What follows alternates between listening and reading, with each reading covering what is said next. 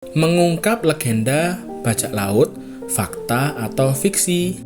Kegiatan melakukan perompakan di laut memiliki sejarah yang panjang dan menarik, yang telah berlangsung selama berabad-abad lamanya, dari bajak laut yang hanya suka berpetualang hingga kapten bajak laut yang terkenal memiliki sifat yang kejam.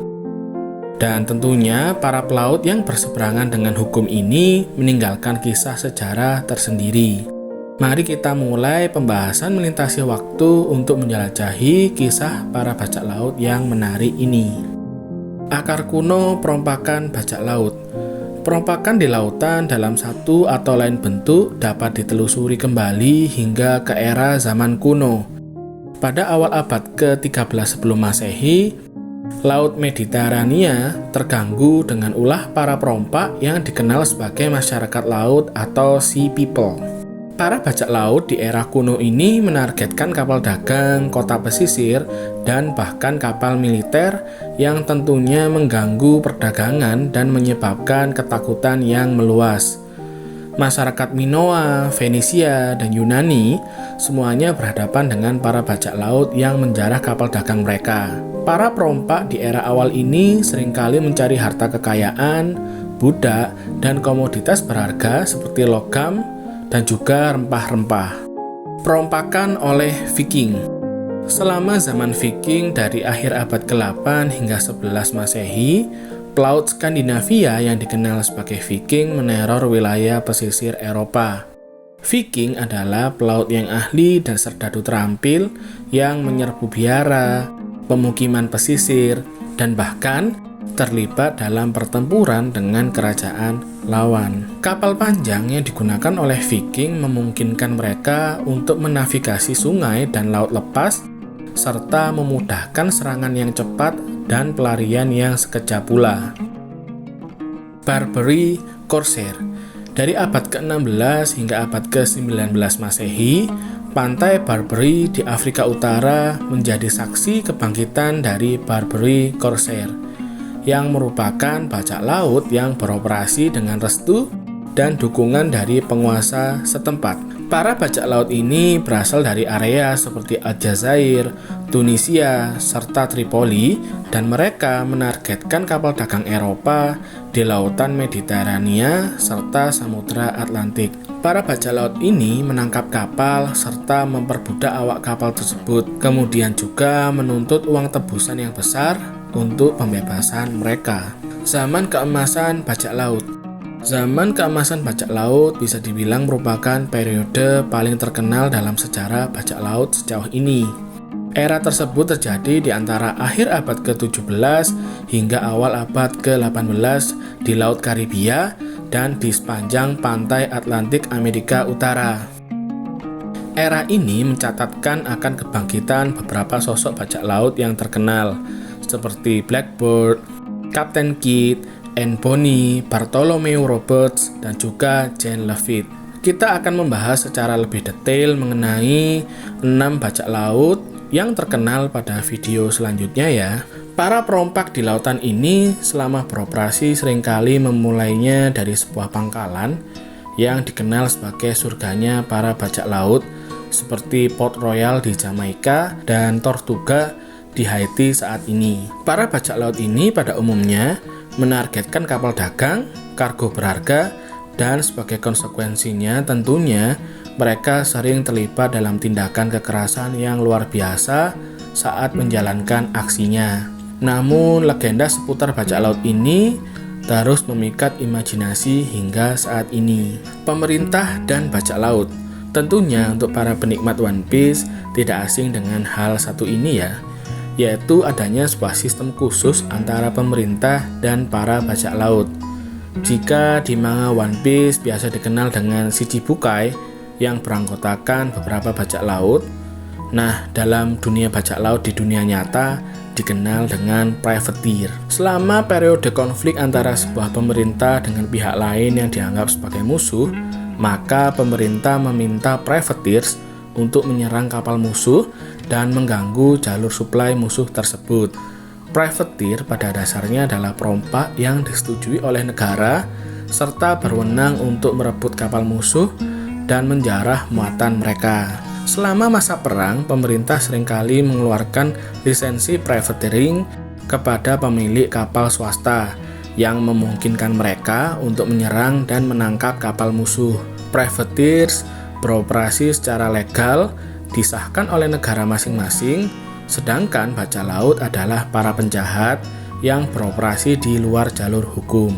Namun, batas antara privateering dan perompakan seringkali tidak jelas, karena beberapa privateers kemudian beralih ke perompakan saat konflik telah berakhir. Beberapa privateers menyimpang dari target resmi mereka dan malah beralih ke kegiatan perompakan di lautan. Privateers seperti Sir Francis Drake dan Jane Lafitte menjadi bajak laut terkenal karena tindakan perompakan yang melampaui mandat resmi mereka. Perompakan di area belahan timur. Manakala zaman keemasan bajak laut berpusat di Samudra Atlantik, bajak laut juga tumbuh subur di belahan timur.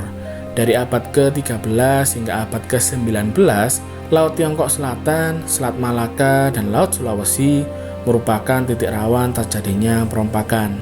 Perompak woku yang secara harfiah diterjemahkan menjadi bajak laut Jepang adalah bajak laut yang menyerbu garis pantai Tiongkok dan Korea dari abad ke-13 hingga abad ke-16. Woku berasal dari etnis Tiongkok, Jepang, dan Korea yang bervariasi dari waktu ke waktu dan menyerbu daratan dari pulau-pulau di Laut Jepang dan Laut Tiongkok Timur. Bajak laut Tiongkok. Selama abad ke-19, terdapat armada perompak kuat yang dikenal sebagai armada bendera merah dan armada bendera hitam yang berkeliaran di perairan Laut Tiongkok Selatan. Organisasi bajak laut ini dipimpin oleh pasangan suami istri yang terkenal yaitu Cheng Yi dan Cheng Yisao. Setelah Cheng Yi, sang suami, meninggal dikarenakan terjatuh dari geladak kapal saat adanya badai, sang istri yaitu Cheng Yisao kemudian melanjutkan kepemimpinan konfederasi para bajak laut yang dulunya dipimpin oleh sang suami, hingga menjadi organisasi yang beroperasi lebih efektif lagi. Hingga pada suatu saat, konfederasi bajak laut ini memiliki anak buah yang terdiri atas kurang lebih 400 kapal dengan sekitar 40.000 hingga 60.000 bajak laut. Mereka meneror kota-kota pesisir serta terlibat dalam pertempuran berskala besar dan bahkan membangun sistem konfederasi mereka sendiri. Menurunnya era bajak laut. Ketika masa eksplorasi berkembang dan kekuatan kolonial mulai melakukan kontrol atas wilayah yang luas, para bajak laut menghadapi pertentangan yang semakin meningkat. Pasukan angkatan laut dikerahkan untuk memerangi para bajak laut dan perjanjian internasional pun ditandatangani untuk menekan aktivitas mereka. Pada awal abad ke-19, era bajak laut di Karibia dan Atlantik Utara berkurang secara signifikan. Kemajuan dalam teknologi angkatan laut, penegakan hukum yang lebih baik, serta peraturan maritim yang lebih ketat memainkan peran penting dalam mengekang berkibarnya kejayaan para bajak laut tersebut. Namun, insiden perompakan di lautan yang terisolasi terus terjadi di tempat-tempat seperti Teluk Aden, perairan lepas pantai Somalia, dan Asia Tenggara. Perompakan di era modern. Meskipun perompakan berkurang secara signifikan pada abad ke-19 dan abad ke-20, perompakan belum sepenuhnya diberantas. Perompak modern terus menjadi ancaman di wilayah tertentu, khususnya di perairan lepas pantai Somalia, Selat Malaka, dan Teluk Guinea. Perompak modern ini biasanya menargetkan kapal komersial, menyita kargo, dan menahan awak kapal untuk mendapatkan uang tebusan. Warisan dan budaya populer saat ini. Terlepas dari sifat umum para bajak laut yang terkenal brutal, para perompak ini banyak yang telah diromantisasi dalam budaya populer. Karya sastra ikonik seperti Treasure Island karya Robert Louis Stevenson dan Peter Pan karya J.M. Barrie telah mengabadikan petualangan dan eksploitasi yang berani dari para bajak laut ini.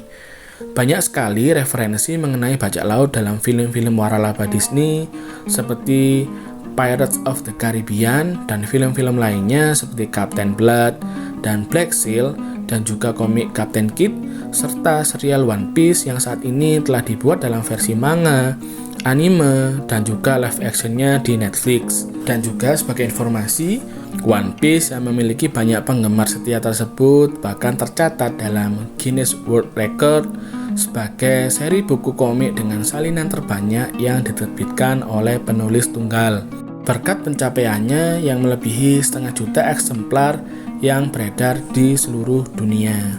Kepopuleran seri film Pirates of the Caribbean dan juga One Piece tentunya juga telah membawa kisah mengenai bajak laut kembali menjadi sorotan, serta semakin menambah daya tarik kisah dari para pelaut yang berseberangan dengan hukum ini. Dari era bajak laut kuno hingga era zaman keemasan, sejarah para perompak lautan ini merupakan bukti keinginan manusia untuk berpetualang dan memberontak.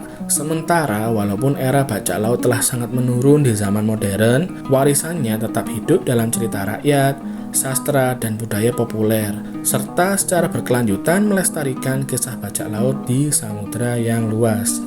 Demikianlah pembahasan kita mengenai sejarah singkat bajak laut. Kita akan membahas dalam video selanjutnya mengenai 6 bajak laut yang terkenal. Jangan lupa like dan subscribe. See you next time. Online Info.